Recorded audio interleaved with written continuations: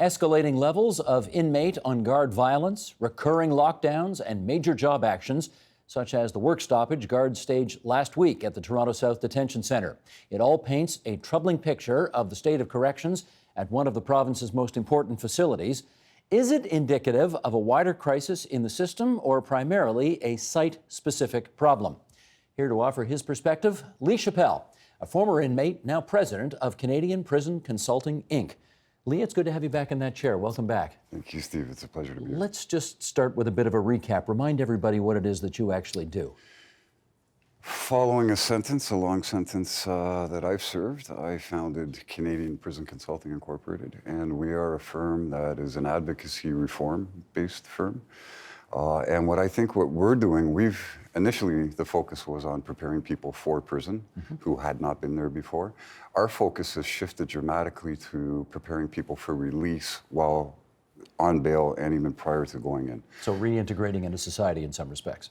Absolutely, and there's a disconnect from the criminal justice system to the correctional system. So a criminal defense lawyer, their agenda is very clear. Get the best result in court, an acquittal or the best verdict possible and best sentence.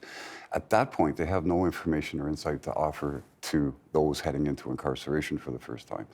Conversely, in corrections, when somebody's entering, there's no orientation or information sharing. So there's a big gap there. And you know this system inside and out, which is why we wanted you here today.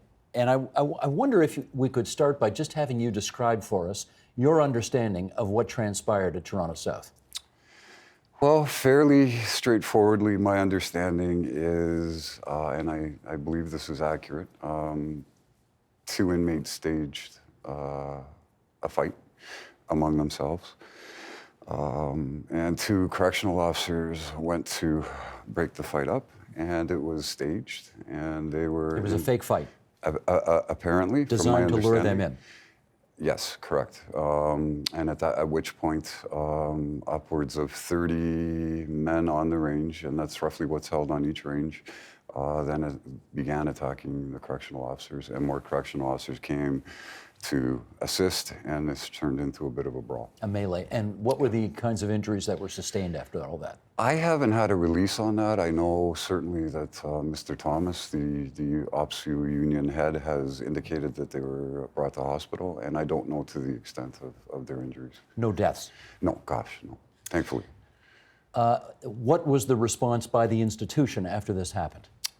Well, it was a very dramatic response, a work stoppage. And there was, I believe, approximately 200 correctional officers from the Toronto South Detention Centre, their union heads, and they had a work stoppage under the Occupational Health and Safety Act, which is extremely rare. I think it's unprecedented for them to do so, to, I believe, garner the attention of the ministry and the public to say, hey, we have problems here. So that was what they did. Can you give us any insight into why the inmates would have staged that fight in order to lure in the correctional officers? Well, that's a good point. So we often capture these things, snapshot, egregious things that occur inside, and we get to see those moments or we hear of those moments. But what we're missing often is the minutes, hours, days leading up to said event. And I would think, I have a client there presently, for example, who is a first-time offender, just convicted of second-degree murder. He's been incarcerated there for 3 years. Of the 3 years, 600 days were lockdown days. Explain what that means. Well, that means that for a variety of reasons, whatever it may be, whether there's ongoing issues in the institution, whether there's short staffing, it means that inmates are being locked in their cells 24 hours a day without access to telephone, visits, anything. So they're locked down. They never get out. Right, and that's 600 days out of a 3-year period. So that's roughly 60% of his time there. Should he have been there for 3 years to begin with? Well, that's also always the question when I think about the disconnect from the criminal justice system to the correctional system. Like, I thought this was a 2 years less a day place. It is, but it's pretrial custody. Huh. So for anybody who's, especially on a murder trial, often takes 2-3 years. Adam Capet is an example of how long we have a cross between the justice system and the correctional system and the length of time it takes for trials to play out. And yeah, it often ends up where people are there for as much as 3, 4, 5 years waiting trial. Okay, you told us that work stoppages, the likes of which we just saw, are extremely rare. What about lockdowns? How often do they happen? Fairly common over the course of the last decade and a half. Yeah. And do you think well, I should ask you, why are they happening with more frequency? Well, there's a number of variables. I could walk this back, I believe, to the shift of approach in corrections in Ontario. We had a model that was looked at worldwide as a successful model in Ontario. And in the late 90s, the government of the day opted to go with super jail, American model prisons, these massive super jails that hold anywhere from 1,200 to 2,000 people. I guess we should explain. Toronto South is sort of an amalgamation super jail of, is it 3 or 4 other former smaller facilities? Correct. Okay. It is. And I think what that does is it presents considerable problems logistically for those who are administrating and working those jails. I mean, that's a massive complex, and it brings with it massive issues when you have such a cross section of people that you bring together. How would you like to see? How would you like to see the authorities do this differently? If you don't like the notion of lockdowns all the time, what alternatives could they be employing? Well, you know, Steve, I wish I could just answer that in 20 seconds, and I certainly don't want to be in trouble with you. But I'd like to give a little foreshadowing to that. Sure. At the same time that the super jails were brought in, the intent of the government of the day, and it was the Harris government, and it was under Robert Sampson, who was at that point the minister, and the intent was to privatize our jails. And He was the privatization minister. Right. And they did privatize the Central North Correctional Centre for 1 5-year period. They wanted to do it across the board. They were forewarned by senators in Ohio, American people saying, hey, look, don't go this way. It's not good for public safety. Certainly OPSU, the union, were not pleased with the super jail development and with the thought of privatization.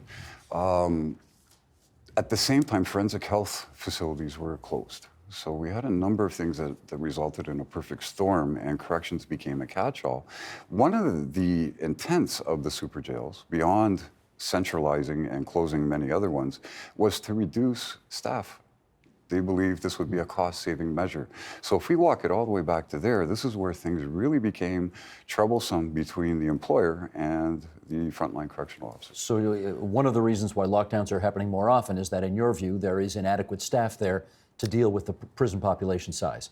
Correct, and you add that to the dynamic of people and trying to manage such a large population. Yes, those two things are a big part. Okay. I'm not going to pretend that this next question is something that happens every single day, 24/7 at these institutions, but you know sometimes when an image gets out there, it can have it can pack a wallop because people think, my goodness, what the heck is going on? Right. We saw photos of an inmate eating a gourmet meal in his cell. A picture taken by another inmate who had a cell phone, obviously, to take that image. How does that happen? Well, first and foremost, that's a very poor reflection of Ontario corrections, and it's unfortunate. I can say that occurred in the Toronto South Detention Centre. I can do the process of elimination for you. If you're visiting a loved one there, and if you're just a visitor, you're doing your visit through Skype. It's a computer system. You do not penetrate the institution. You do not enter it. There is an outside area where there's computer banks, and you sit down, and your person you're visiting is also on a computer in their range. They don't even leave their range or their pod. So that is off the table. That's eliminated. Professional visits, I've done many. I've been treated respectfully, politely. I've never had an issue. Sometimes there's delays, but I understand I'm not the center of the universe, so I don't take exception. Some lawyers do, and I understand they have time restraints. But again, you go through metal detectors, you go through scanners. Everything that you have must be locked or left in your car. You're wanded.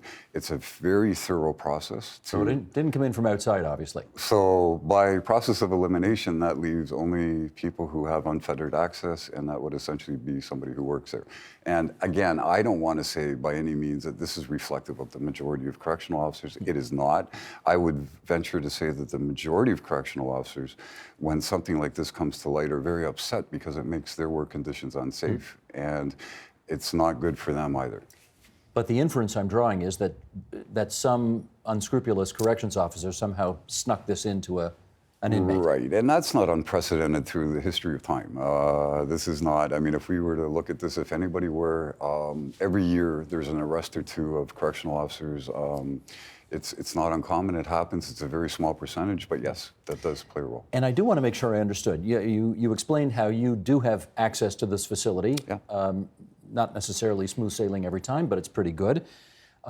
Families, you explained as well, the Skype thing, they don't actually get to make physical contact with their loved ones behind bars. Correct. What about lawyers? What kind of access do they have? Well, they have a variety of methods, and again, it's a professional visit similar to, and they can draw time, and they also have an ability for a computer-like system where they've introduced the ability for the lawyer to speak with their client via Skype-like system while not attending the site. So they're able to do it from their office to the jail. So that even the lawyer can't get in to see his or her client.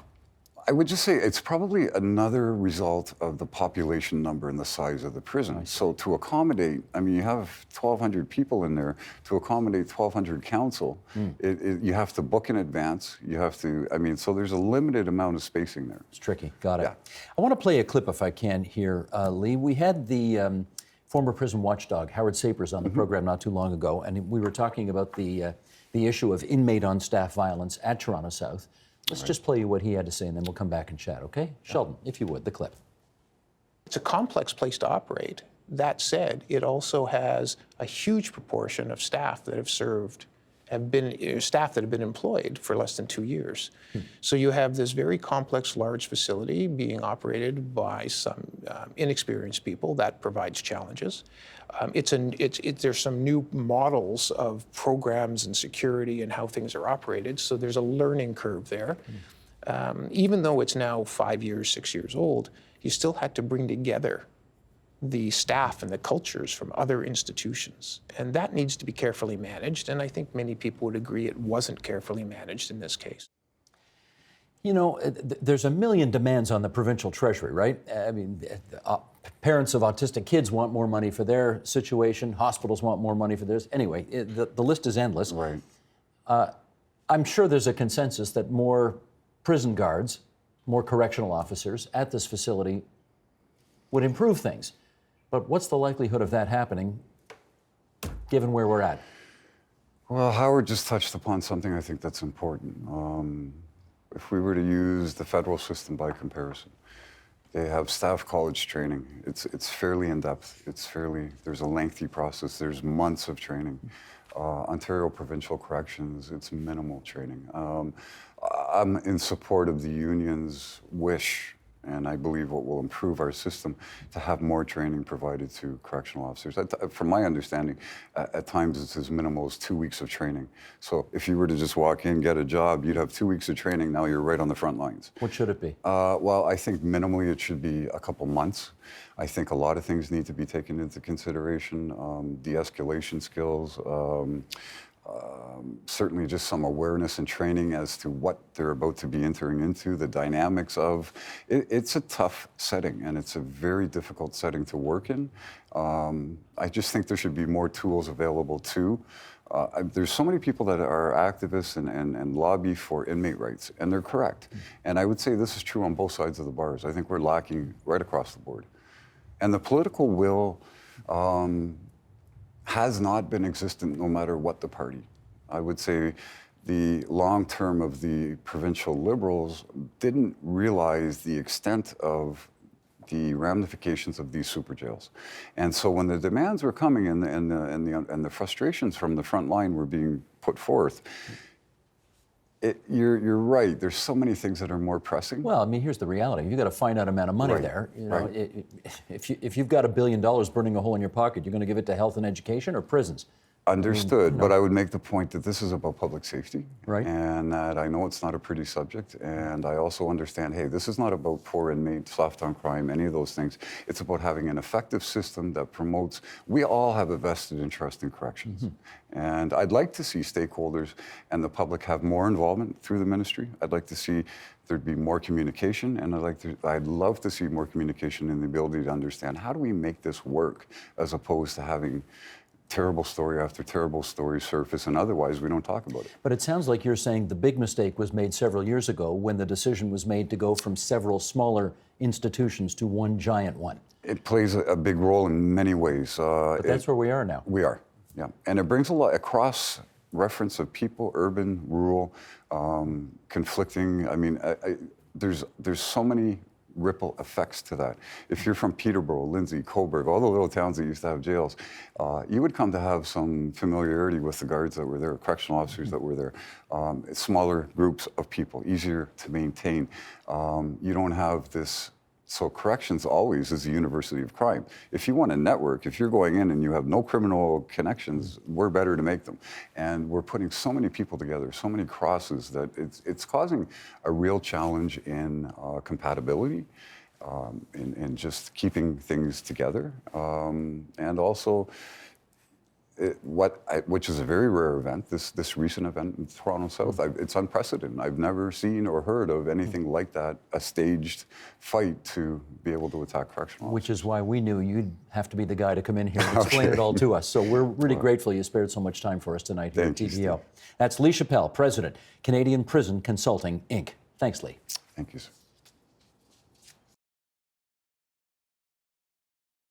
The Agenda with Steve Paikin is brought to you by the Chartered Professional Accountants of Ontario, helping businesses stay on the right side of change with strategic thinking, insightful decisions, and business leadership. Are you on the right side of change? Ask an Ontario CPA.